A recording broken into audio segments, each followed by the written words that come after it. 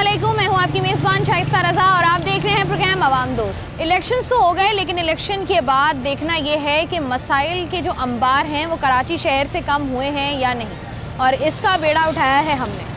8 फरवरी 2024 को होने वाले इंतखाबात में हमने देखा कि बहुत सारे उम्मीदवार कामयाब हुए, और ये वो तमाम उम्मीदवार थे जिनका ताल्लुक़ मुख्तलिफ़ पार्टीज़ से था, लेकिन उनका कहना ये था कि जो उनके इलाके के, उनके हलके के मसाइल हैं उसकी वो हर मुमकिन कोशिश करेंगे कि उन मसाइल पर काबू पाया जा सके या उन मसाइल में कमी की जा सके।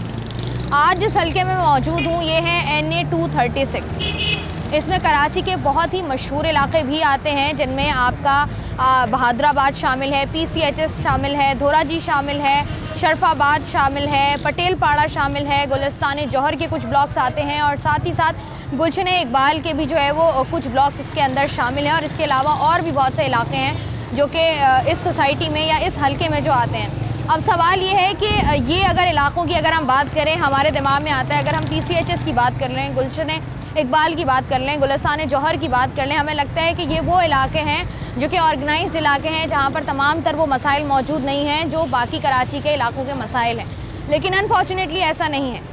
NA 236 वो हल्का है जहाँ से 2018 में बानी PTI ने इलेक्शन लड़ा और उसके बाद उन्होंने कामयाबी हासिल की, लेकिन उसके बाद उन्होंने ये सीट छोड़ दी। उसके बाद 2018 के इंतखाबात के बाद यहाँ से जो है वो इलेक्शन लड़ा आलमगीर ख़ान ने, जिनका ताल्लुक़ पाकिस्तान तहरीक-ए-इंसाफ से था। और उसके बाद 5 साल का जो ये अरसा था, 4 साल का, 3.5 साल का, उन्होंने ये अरसा पूरा किया। लेकिन सवाल ये है कि उस तरीके से इस इलाके के मसाइल हल नहीं कर पाए। आलमगीर ख़ान का नाम जब भी जहन में आता है तो कराची के लोग ये बात बड़े अच्छे तरीके से जानते हैं कि कराची में कोई भी मसला होता था 2018 के इंतखाबात से पहले तक लोग आते थे और वो उन जगहों पर जाते थे और उन मसाइल को हल करने की आलमगीर ख़ान ख़ुद कोशिश करते थे अपनी तंजीम के साथ। लेकिन जैसे ही उनको इख्तियारात मिले उसके बाद उन्होंने जो है वो अपने डेरे जमा लिए इस्लामाबाद में। 2024 की अगर बात करें, 2024 के होने वाले इंतखाबात में यहाँ से MQM पाकिस्तान के हसन साबिर साहब ने कामयाबी हासिल की है।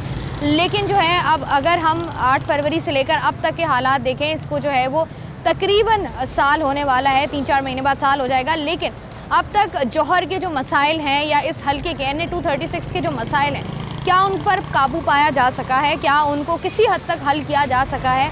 क्योंकि अगर बात करें गुलिस्तान जौहर की, जहाँ पर मैं इस वक्त मौजूद हूँ, यहाँ पर सबसे बड़ा मसला हाई राइज़ बिल्डिंग का है। हाई राइज़ बिल्डिंग के बाद जो है वो सबसे जो बड़ी प्रॉब्लम जन्म लेती है वो होती है सीवरेज का निज़ाम और पानी की कमी। तो आज के प्रोग्राम में हम लोग यही जानने की कोशिश करेंगे कि क्या ये मसाइल हल हुए हैं, कम हुए हैं, ज़्यादा हुए हैं, यहाँ की आवाम क्या राय रखती है और उन नुमाइंदगान के बारे में क्या राय रखती है जो कि यहाँ से जीते थे, उन्होंने अपना टाइम पूरा किया, और उसके बाद जो आने वाले नुमाइंदगान हैं उनसे उनको क्या उम्मीदें हैं। तो आइए प्रोग्राम का बाकायदा आगाज़ करें। इस वक्त मैं कराची के इलाके गुलिस्तान जौहर में मौजूद हूँ और यहाँ के जो रिहायशी हमसे ज़रा बात करते हैं। मुझे बताएं, गुलिस्तान जौहर में ही रहती हैं? जी। इलाके के मसाइल बताइएगा, क्योंकि हम 2-3 सड़कें हमने देखी हैं जो इंतहाई टूट का शिकार हैं। ये वाकई यहाँ की सारी रोड्स बहुत ज़्यादा टूटी हुई हैं। मतलब आप गाड़ी में अगर जाएं तो आपको लगेगा आप झूला ले रहे हैं, बिल्कुल यही लगता है। और काफी अरसे से खराब है, ये नहीं है कि चलो 4 महीने हो गए, 6 महीने हो गए, बहुत अरसे से, और सब जगह की है टूटी हुई। मतलब सिर्फ यहाँ की नहीं है, पूरे जौहर की आप देख लें। बिल्कुल ऐसे इतने अच्छे घर बने हुए सब कुछ है, लेकिन रोड्स बहुत बेकार है। अच्छा, इसके अलावा मुझे बताएं, जगह जगह गटर का पानी, सीवरेज के मसाइल बहुत ज्यादा मसला है कि बकायदा आपको बच के निकलो। काफी अरसे से पड़ा है तो पड़ा इतना गंद हो जाती है। बिल्कुल ऐसा ही है, मतलब अगर कोई पानी पड़ा हुआ है तो वो साल पड़ा ही रहता है। बिजली के मसाइल के बारे में बताइएगा, बिजली का आना जाना है या बिजली नहीं? बिजली भी आना जाना बहुत है और लोड शेडिंग बहुत है और बिल बहुत आ रहे हैं। ये तो हमारा इज्तिमाई मसला है। एक्स्ट्राऑर्डिनरी बिल, मतलब जितना हम बिजली यूज नहीं करते उससे ज्यादा हम बिल अदा कर रहे हैं। बिल अदा कर रहे हैं। अच्छा, मुझे बताएं, यहाँ से जब इलेक्शंस लड़ते हैं लोग, आपके कैंडिडेट्स होते हैं, कुछ भी नहीं होता, उसके बाद वो गायब हो जाते हैं। आप उस वक्त तो कहेंगे कि हाँ भाई हमें वोट दे दें, ये दे दें, उसके बाद वो गायब, आपको नहीं मिलेंगे। कोई आप कंप्लेन करें, कुछ भी नहीं होता। कंप्लेन पर कोई रिएक्शन भी नहीं आता, कुछ भी नहीं।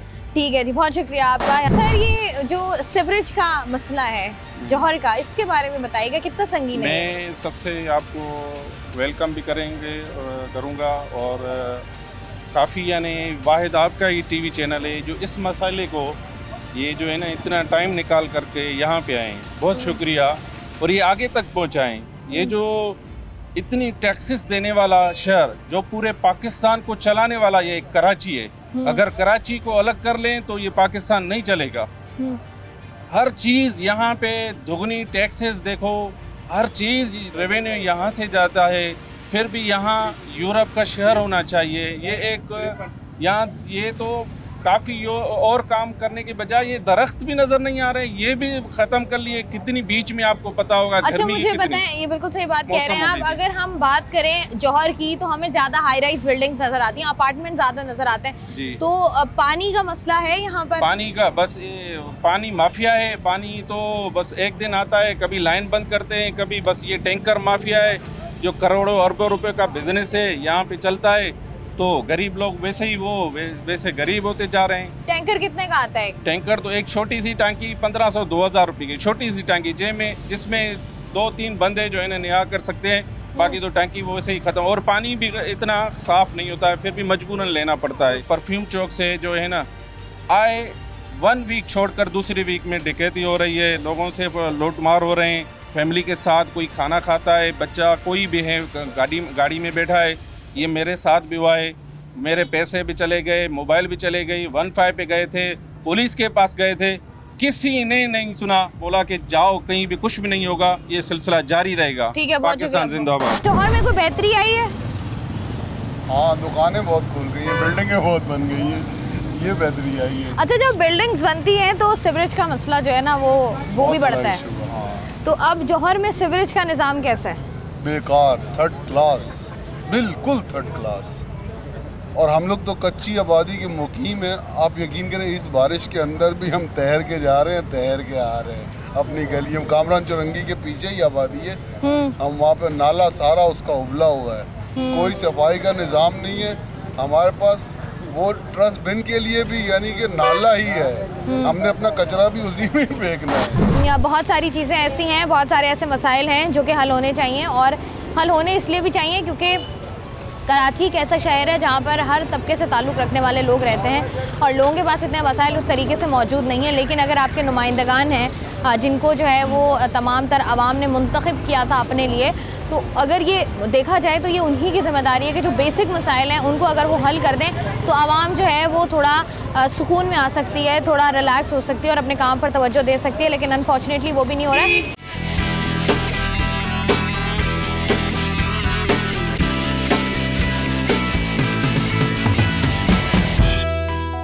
इस वक्त मैं NA 236 में मौजूद हूँ और मेरे पीछे आपको नज़र आ रहा होगा एक खूबसूरत शाहकार।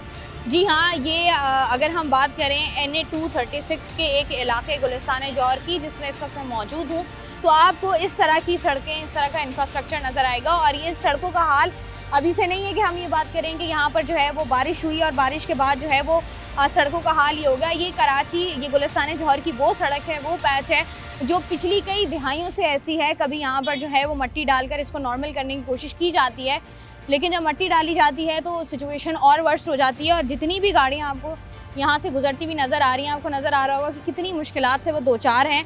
और यहाँ पर गुलिस्तान जौहर में आपको जो सबसे बड़ा मसला नज़र आएगा इंफ्रास्ट्रक्चर की वजह से, वो ट्रैफिक जैम भी है।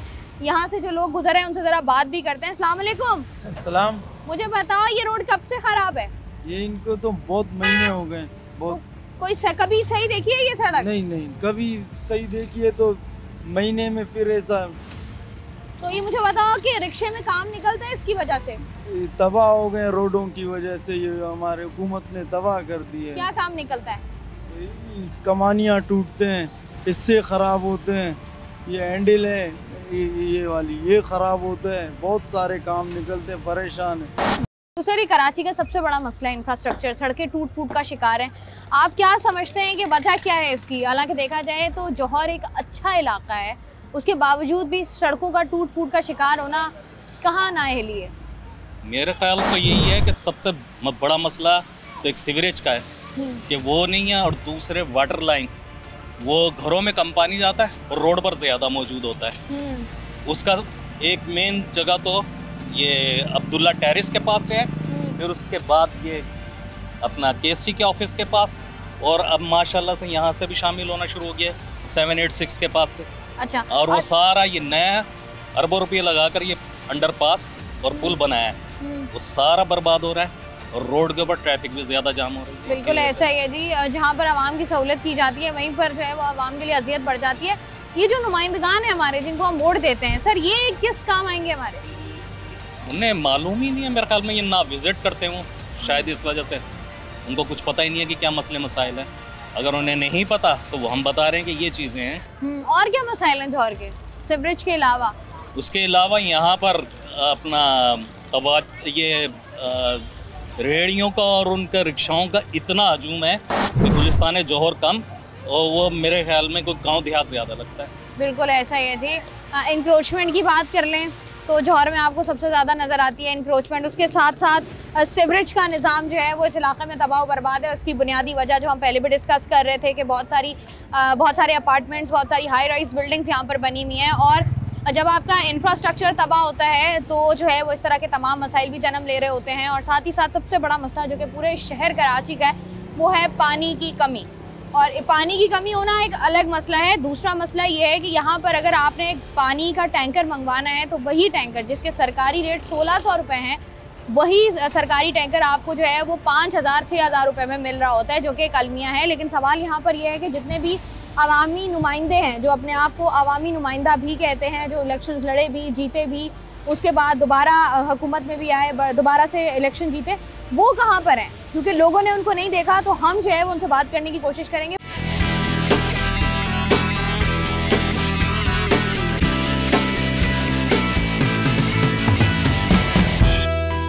हम लोग बात कर रहे हैं NA 243 जो कि 2018 के इंतखाबात में NA 243 था। उसके बाद जब दोबारा नई हल्का बंदियाँ हुई तो अब ये NA 236 था 2024 के होने वाले आम इंतखाबात में। इस वक्त 2018 से में जो है वो उम्मीदवार कामयाब हुए थे। पाकिस्तान तहरीक इंसाफ से इनका ताल्लुक है। आलमगीर खान साहब हमारे साथ मौजूद हैं, इनसे ज़रा बात करते हैं। अस्सलाम वालेकुम सर। जी वालेकुम सलाम। आलमगीर साहब मुझे बताइएगा, लोग आम तौर पर जो बात करते हैं, क्योंकि अगर हम बात करें इस हल्के में बहुत सारे ऐसे इलाके भी शामिल हैं जो कि बड़े पोश इलाके हैं। गुलशन इकबाल का इलाका हो गया, गुलिस्तान जौहर हो गया, आज़म, उसके इसी के साथ साथ आज़म बस्ती है, मेट्रो बिल हो गया। अब यहाँ पर जब हमने लोगों से बात की, लोगों ने कहा जब आलमगीर खान साहब का ताल्लुक सियासत से नहीं था, उससे पहले वो काम भी करते थे, लोगों के मसाइल को भी हल करते थे, लेकिन जैसे ही उनको कामयाबी मिली उसके बाद उन्होंने इलाके को उस तरीके से इलाके पर नज़र नहीं डाली। इस पर आप क्या कहेंगे? देखें, अगर कोई ये कहे कि मैं इलाके में नज़र नहीं डाली या मैंने नज़र नहीं रखी या मैं नज़र नहीं आया, तो या तो वो झूठ बोल रहा है या वो अंधा है या जो है वो किसी दूसरी सियासी जमात का है। उसकी रीज़न ये, देखें, मैं मीडिया से कोई ढका छुपा नहीं, मेरी एक एक्टिविटी, हर रोज़ की एक्टिविटी वो सोशल मीडिया पर मौजूद होती। हल्के में कोई ऐसा दिन नहीं था 2018 के बाद कि मैं या मेरी टीम जो है वो आवाम के दरमियान ना हो, उनके मसाइल के हल के लिए या उनके लिए काम ना कर रहे हो, और वो चाहे PTI की टीम हो मेरी या फिक्सिट की टीम हो।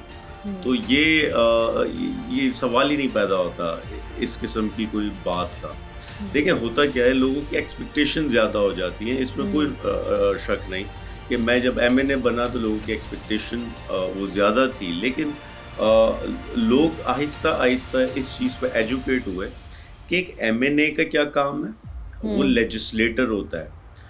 एक शहरी हुकूमत का क्या काम होता है, सूबाई हुकूमत का क्या काम होता है, इन सब की जब तक जॉब डिस्क्रिप्शन एक आम शहरी को, एक वोटर को इल्म नहीं होता, तो तब तक वो इस तरह की कंफ्यूजिंग स्टेटमेंट वगैरह देना। लेकिन अब लोगों को मालूम है कि वफाकी हुकूमत का क्या काम था जब हम वफाक में थे, और सूबाई हुकूमत का क्या काम था। मैं इसकी बड़ी मिसाल दूँ कि ये क्यों ऐसा है कि कराची में ही इस किस्म की ये बातें होती या गिले शिकवे होते।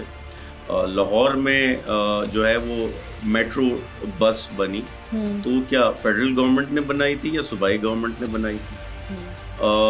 सूबाई गवर्नमेंट ने बनाई थी, और ये इख्तियार उनका है।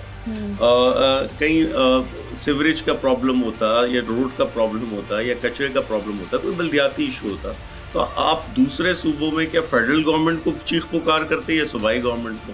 18वीं तरमीम के बाद ये तमाम तर शोबे, ये तमाम तर डिपार्टमेंट, ये सब सूबे में डिवॉल्व हो गए, उनका इख्तियार है। मैं तो सूबे में नहीं हूँ, ना हमारी गवर्नमेंट थी, ना हमारा चीफ मिनिस्टर था। तो फेडरल गवर्नमेंट में रहकर हमने असम्बली में चीख पुकार भी की, जहां कानून साजी के लिए बिल्स ला सकते थे वो कोशिश भी की। जो फंड्स मिले वो भी शफाफियत से अवाम के सामने रखकर इस्तेमाल किए। तो ये सब चीज़ें ऑन रिकॉर्ड है और यही वजह है कि 2018 में भी पीटीआई को कामयाब किया इस हल्के से, और फिर 2024 में मैं 1 लाख से ज़ायद वोट्स लेता हूँ इसी हल्के से। जब इंतखाबात आते हैं तब यही एमएनएज होते हैं, यही एमपीएज होते हैं, जब बड़े बड़े जलसे जुलूस हो रहे होते हैं तब यही वादे और यही नारे जो है वो मार रहे होते हैं कि हम ये हल कर देंगे, आप हमें वोट दें, हम आपका ये मसला हल कर देंगे। तो उस वक्त आप किन बुनियादों पर ये वादे करते हैं, क्योंकि आप लोगों के पास तो इख्तियारात ही नहीं है। नहीं, देखें, जब आप इलेक्शन में जाते हैं 2018 में मैं मिसाल दूँ, 2018 में हम कैंपेन कर रहे थे तो हम लोगों से यही कह रहे थे कि प्राइम मिनिस्टर भी हमारा होगा, चीफ मिनिस्टर भी हमारा होगा, और जब चीफ मिनिस्टर हमारा होगा तो ये इख्तियारात के साथ हम आपके मसाइल हल करेंगे। बदकिस्मती से प्राइम मिनिस्टर तो हमारा आया, चीफ मिनिस्टर नहीं आया हमारा। देखिए, इलेक्शन जब आप लड़ते हैं तो लोगों को आप होप ज़रूर देते हैं और लोगों को आप मैक्सिमम अपनी कामयाबी बताते हैं, और हम गवर्नमेंट बनाने की पोजीशन के करीब थे 2018 में सिंध में। ऐसा नहीं, अगर आप तमाम अलाइंसेस जो हमारे साथ अलाइंसेस में लोग थे, अगर आप मिलाएं कुछ सीटों का फ़र्क था, हम गवर्नमेंट बना सकते थे। तो मैं ये कह रहा हूँ कि जब आप इलेक्शन में जाते हैं, आप गवर्नमेंट बनाने के बाद जो आपके पास इख्तियारात होते आप वो लोगों को बताते। अब आप लोगों को ये तो नहीं बता, इतना कैंपेन में तो नहीं बताते कि मैं जो है वो एमएनए बनूंगा, ये करूंगा, वो करूंगा। लेकिन मैं सर, आपने कहा ना काम देखें, आवाम को एजुकेट करने की जिम्मेदारी है, तो एजुकेट तो करना बनता है ना। ये होप ना फॉल्स होप्स में कन्वर्ट होती है, फिर ये आवाम जो है वो अगर आजकल की हम सिचुएशन देखें, इस कदर आवाम जो है वो ज़हनी अजियत का शिकार है कि समझ नहीं आता उनको कि वो क्या करें। और ख़ास तौर पे मैं आपसे कराची की भी बात करूँगी कि कराची जैसा शहर, पोश इलाके आपके, चले हम कच्ची आबादियाँ अगर एक साइड पे रख दें, अगर कराची पूरे शहर में आपको एक सड़क नॉर्मल नहीं मिल रही है तो इसका मतलब क्या है कि कराची को जब तक आपका चीफ मिनिस्टर आपका नहीं होगा, जब तक प्राइम मिनिस्टर आपका नहीं होगा, तब तक कराची को कोई ओन नहीं करेगा। 100% इसकी रीज़न ये देखें, ये इस वक्त जो करंट हुकूमत है सिंध में, ये पिछले 3 अदवार से आ रही है, ये कोई नई पहली हुकूमत नहीं है। और नज़र यही आता है कि कराची से इनकी नुमाइंदगी नहीं होती, कराची से लोग नहीं होते, गवर्नमेंट पूरे सिंध से बन के आती, और इस वजह से कराची इग्नोर भी होता, क्योंकि इनको फ़र्क नहीं पड़ता यहाँ परफॉर्म करें या ना करें, इनका वोट बैंक पीछे जो है वो इंटैक्ट है। और तो कराची से कमाना ज़रूर है, लगाना कुछ नहीं है। नंबर 1। नंबर 2, ये देखें, लोग बिल्कुल मायूस हैं। लोग इसलिए मायूस हैं और इसलिए आपको कुछ बेहतरी नहीं नज़र आ रही कि पहले कराची में बल्दियाती इलेक्शन में डाका मारा गया, पूरा इलेक्शन चोरी करके रातों रात कैंडिडेट्स को गायब करना, रातों रात जो यूसी नाज़िमीन थे उनको घर से उठाना, और फिर अगले दिन एक जाली मेयर यहाँ पर चोर रास्ते से आकर मुसल्लत कर दिया। पहले ये डाका डला, उसके बाद 8 फरवरी पर तहरीक इंसाफ की 19 नशिस्तें फॉर्म 45 पे कराची से, जिसमें से एक मेरी थी।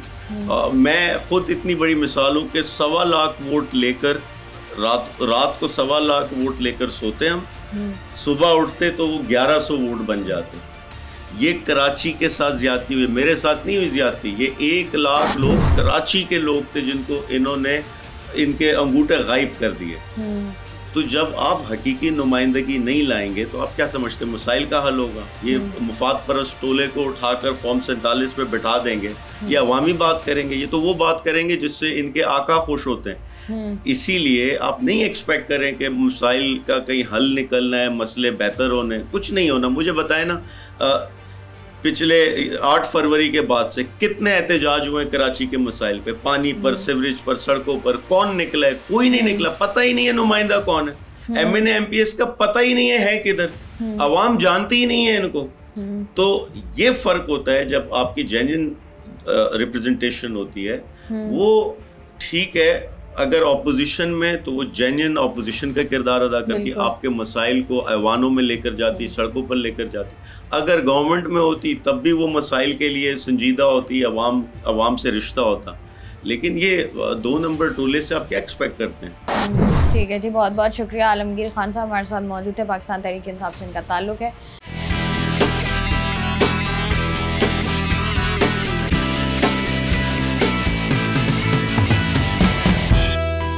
NA 236 की जो कि 2018 के इंतखाबात में NA 243 था, अब इस दफ़ा जो है वो NA 236 के इंतखाबात हुए। 8 फरवरी को इंतखाबात हुए और 2024 में होने वाले इन इंतखाबात में जो है वो जिस पार्टी ने यहाँ से कामयाबी हासिल की वो थी MQM पाकिस्तान, और जिन कैंडिडेट ने कामयाबी हासिल की थी वो थे एडवोकेट हसन साबिर साहब, जो कि इस वक्त हमारे साथ मौजूद हैं। इनसे बात करते हैं। अस्सलाम वालेकुम सर। वालेकुम अस्सलाम। सबसे पहले तो सर बहुत बहुत मुबारक हो आपको। Thank you very much. मुझे बताइएगा कि हमने जब आपसे मुलाकात की थी, मैंने वो हल्का इलेक्शंस के दौरान भी कवर किया था, मसाइल हमने रोड पे खड़े होकर शो किया था कि हम मसाइल को देख उसकी निशानदेही कर सकें और तमाम ओहदेदारान से पूछ सकें कि उन मसाइल का हल किस तरीके से मुमकिन है अगर वो जमात जो है वो जीतती है उस हल्के से। आज भी अगर हम बात करें गुलशन के इलाके की, जौहर के इलाके की, तमाम तरपोश और कच्ची आबादियों की मसाइल अभी तक वही हैं, तो मुझे बताइएगा कि किस तरीके से काम कर रही है MQM पाकिस्तान। बिस्मिल्लाहिर्रहमानिर्रहीम। बहुत शुक्रिया खस्ता। मैं तो आपसे इससे ज़्यादा बढ़ के बात कर दूँ आपकी वाली बात को सेकेंड करते हुए कि मसाइल वही नहीं है, मसाइल उससे ज़्यादा बढ़ गए। ट्रू। उस वक्त शायद उस वक्त शुरू हो रहे थे मसाइल, उस वक्त पिछले बैकलॉग बहुत ज़्यादा था और अब बढ़ते चले जा रहे हैं इस वजह से, क्योंकि आपने ये देखा कि एक अनस्टेबिलिटी है अभी भी, और अनस्टेबिलिटी अपोजिशन की तरफ से भी है और कुछ जो है हम चूँकि हम इत्तेहादी हैं, हम गवर्नमेंट के साथ इस वक्त ट्रेजरी बेंचेस के अंदर मौजूद हैं। इस वक्त गवर्नमेंट में भी उस तरह से 100% उनके पास जो वसाइल की तकसीम वाला मसला है वो अभी तक जूगत हुए हैं। हम तो यहाँ मुकदमा लड़ रहे हैं अभी भी, कराची का अपने हलकों का मुकदमा लड़ रही है MQM और तवातुर से लड़ रही है। ऐसा नहीं कि कोई एक दिन भी हम खामोश बैठे हों। हम हल्के की सियासत करते हैं, मौरूसी सियासत तो है नहीं। मैं एक अदना कारकुन हूँ MQM का। MQM ने मुझे जिम्मेदारी देकर असम्बली में भेजा है। हमें इस चीज़ के ऊपर बहुत फोकस करना होता है कि हम जिन मसाइल को लेकर असम्बली के अंदर गए हैं उन ऐवानों में आवाज़ भी बन रहे या नहीं बन रहे। तो आपने अब तक ये ज़रूर देखा होगा और इसको आप इंशाल्लाह एक्नॉलेज भी करेंगे कि हाँ, MQM ही कराची की आवाज़ उठा रही है। देखिए 16 साल हो रहे हैं पीपल्स पार्टी को इस प्रोविंशियल गवर्नमेंट को चलाते हुए। उससे पहले भी दौर इन्हीं का था, यानी आप सिर्फ 8-10 साल का पीरियड निकाल दीजिए परवेज मुशर्रफ साहब वाला, उससे पहले भी पीपल्स पार्टी का इख्तियार थे, सारी चीज़ों पर कंट्रोल था, आज भी है। लेकिन जो मसाइल के आगे एक बैरियर लगा दिया उन्होंने उनको हल करने के लिए, वो सबसे बड़ा मसला है। MQM ने बजट में कराची के लिए स्पेशल पैकेज के अंदर 15 अरब रुपए की ग्रांट हासिल की है। MQM ने K4 मंसूबा, जो पानी का मंसूबा जो कई सालों से जो है वो अल्तवा का शिकार है, जिसको मुस्तफा कमाल भाई ने 2008 में कंसीव किया था और आज तक वो इनकम्प्लीट है, उसके लिए 30 अरब रुपए, जो कि नाकाफ़ी है इस वक्त, 30 अरब रुपए की ग्रांट गवर्नमेंट ने इस बजट में सैंक्शन की है। MNA का बजट जो आम तौर पर लोग सोचते हैं कि MNA के अकाउंट में आता है, ऐसा नहीं है। MNA के स्पेशल एक अकाउंट के उसके सवाबदीदी कामों के लिए जो ग्रांट मिलती है वो MQM ने अलग ग्रांट कराई। कराची, हैदराबाद, सक्खर, नवाबशाह और मीरपुर खास। देखिए बहुत बड़ा पैकेज जो हमने ग्रांट करवाया है गवर्नमेंट से, उसके लिए अब एक हेड ऑफ अकाउंट की ज़रूरत है। PWD का डिपार्टमेंट गवर्नमेंट ने ख़त्म कर दिया फेडरल का, अब किस हेड ऑफ अकाउंट में वो ट्रांसफ़र करे, इसके ऊपर सिर्फ बातचीत रह गई। ये जैसे ही फंड ट्रांसफ़र होंगे इंशाल्लाह ताला आप देखेंगे बहुत तेज़ी से तरक्की होगी कराची शहर में। हसन साबिर साहब, लोगों के लिए, आम पब्लिक के लिए थोड़ा सा इसको आसान कर दीजिएगा कि अगर जैसे मैं आपके हल्के की बात करूँ, NA 243 की बात करूँ, वहाँ पर अगर इंफ्रास्ट्रक्चर नहीं है, वहाँ पर सीवरेज का निज़ाम ख़राब है, वहाँ पर पानी की कमी है, वहाँ पर बिजली है, वहाँ पर चोरी है, मंशियात है, ये तमाम तर मसले हो गए। अब अगर मैं NA 243 में रहती हूँ, मैंने वोट कास्ट किया, मेरा जो मुझे बताएं मैं किसके पास जाऊँगी अगर मुझे इन तमाम तर मसाइल का सामना है? कौन सा ऐसा कोई चेयरमैन, काउंसलर, कौन बंदा है जिसको मैं जाके पकड़ूँ, जिसको फ़ंड्स मिलते हैं? और इम्पॉर्टेंट बात माहाना 6 महीने बाद, 3 महीने बाद, जब भी कितने फ़ंड्स मिलते हैं चेयरमैन को जो कि इन कामों के लिए होते हैं और वो नहीं लगते हैं? थोड़ी सी ज़रा क्लैरिटी कर दीजिए। जी देखें, NA 236 से थोड़ा सा 243 पहले था, अब 236 है। ये NA 236 के अंदर नेशनल असम्बली के मेंबर तो MQM से, प्रोविंशियल असम्बली के 3 मेंबर MQM से उसके बाद जो इसमें टाउन कमिटीज़ हैं उसके अंदर पीपल्स पार्टी के टाउन चेयरमैन और जमात इस्लामी से टाउन चेयरमैन, लेकिन कोई अपनी जिम्मेदारी पूरी नहीं कर रहा। जो लोकल गवर्नमेंट के लेवल पे देखिए, उनको अपनी यूसी के फंड्स उनको मिलते हैं, जो जितने यूसी हैं टाउन के फंड्स उनको मिलते हैं, उनके पास मौजूद है। देखिए पहले तो 5 लाख थे, अब उसको इस बजट में बढ़ा दिया है। 5 लाख रुपए थे, ये थे उन छोटे काम हो गया, वो उनको बढ़ा दिया कुछ सम एक्सटेंट 10 लाख या 12 लाख रुपए पे कर दिया। ये तो कहीं तो इस्तेमाल हो सकते हैं। वाटर बोर्ड का अगर अमला हमारे रिक्वेस्ट के ऊपर किसी की जाके पानी की लाइन को रिपेयर कर लेता है, तो क्या वहाँ का जो यूसी का चेयरमैन या टाउन का चेयरमैन या डिस्ट्रिक्ट का चेयरमैन या कराची का मेयर, क्या उसकी रिक्वेस्ट पे या उसके ऑर्डर्स पे, इवन उसको तो ऑर्डर कर देना चाहिए, उस पर काम नहीं हो सकता वहाँ पे। आम आदमी के लिए हमने अवामी राब्ता ऑफिस बनाए हैं, MQM ने अवामी राब्ता ऑफिस बनाए हैं, हर यूसी के अंदर अपने ऑफिस बनाए हैं। हमने एक सोशल मीडिया के ऊपर अपनी एक ऐप भी इंट्रोड्यूस कराई जो MQM कनेक्ट के नाम से है, जिसके ऊपर हम कंप्लेंट्स हमारे पास रोज़ाना की तादाद में 24 घंटे हर रोज़ 24/7 वहाँ पे लोग दर्ज कराते हैं और हम इजाला करने की कोशिश करते हैं। देखें कराची में इस वक्त सबसे बड़ा जो है मसला पानी का है, सबसे बड़ा मसला ऐसे है कि पीने का पानी घर में आ नहीं रहा, सीवरेज का पानी घर से जा नहीं रहा, सड़कें टूटी हुई हैं, बिजली मौजूद नहीं है, गैस जो है वो लोड शेडिंग है।